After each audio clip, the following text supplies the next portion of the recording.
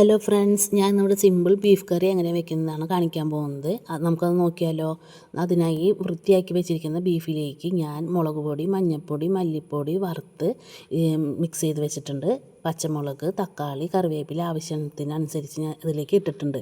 ഇനി ഇതിലേക്ക് വേണ്ടത് മീഡിയം സൈസ് 3 സവാളയാണ്. അത് അരിഞ്ഞ് വെച്ചിട്ടുണ്ട്. കുറച്ച് വെളുത്തുള്ളിയും ഇഞ്ചിയും ചതച്ച് വെച്ചിട്ടുണ്ട്. ഈ ഇൻഗ്രീഡിയൻസ് എല്ലാം നമുക്ക് ബീഫിലേക്ക് ചേർത്ത് മിക്സാക്കി കൊടുക്കാം. നമ്മളിത് വേവിക്കുമ്പോൾ ബീഫിൽ നമ്മൾ വെള്ളം ചേർക്കുന്നില്ല. നമ്മൾ വിറകടുപ്പിലാണ് വെക്കുന്നത്. മൺചട്ടിയിൽ വിറകടുപ്പിൽ വെക്കുന്ന ബീഫിന് ഭയങ്കര ടേസ്റ്റാണെന്ന് എല്ലാവർക്കും അറിയാമല്ലോ. അത് ബീഫ് എന്നല്ല, ഏത് കറി വെച്ചാലും ടേസ്റ്റാണല്ലോ. അപ്പോൾ നമുക്കിത് വെന്ത് വരുമ്പോൾ നമുക്ക് ബീഫിൽ നിന്ന് വെള്ളം ഇറങ്ങി വരും. അപ്പോൾ നമുക്ക് കറി തിളച്ചതിന് ശേഷം കാണാം. അപ്പോൾ നമ്മുടെ കറി നല്ലതുപോലെ തിളച്ചിട്ടുണ്ട്. നമുക്കൊന്ന് തുറന്ന് നോക്കിയാലോ. നോക്കിക്കേ, നമ്മൾ വെള്ളം തീരെ ഒഴിച്ചിട്ടുണ്ടായിരുന്നില്ല. ഇപ്പോൾ ബീഫിൽ നിന്ന് വെള്ളം ഇറങ്ങിയിട്ട് നല്ലതുപോലെ ചാറ് പോലെ ആയിട്ടുണ്ട്. അപ്പോൾ നമുക്ക് നല്ലതുപോലെ മിക്സാക്കി കൊടുക്കാം.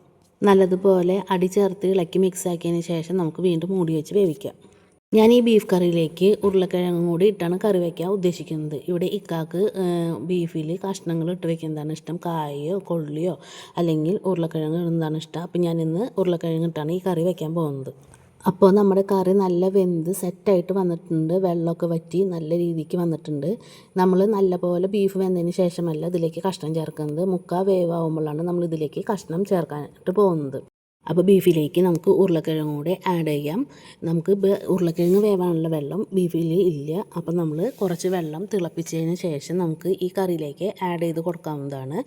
ഇനി നമുക്കിത് നന്നായി മിക്സാക്കി നമുക്ക് അടച്ച് വെച്ച് വേവിക്കാം.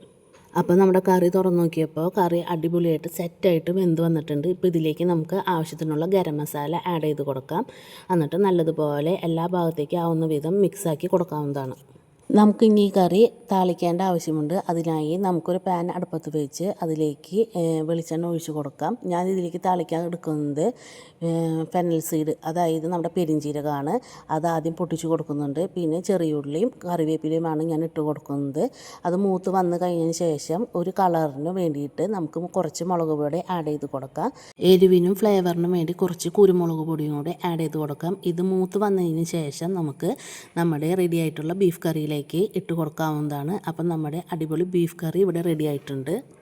അപ്പോൾ എല്ലാവരും ഇതൊന്ന് ട്രൈ ചെയ്ത് നോക്കിയിട്ട് ഫീഡ്ബാക്ക് കമൻറ്റ് ബോക്സിൽ വന്ന് അറിയിക്കേണ്ടതാണ്.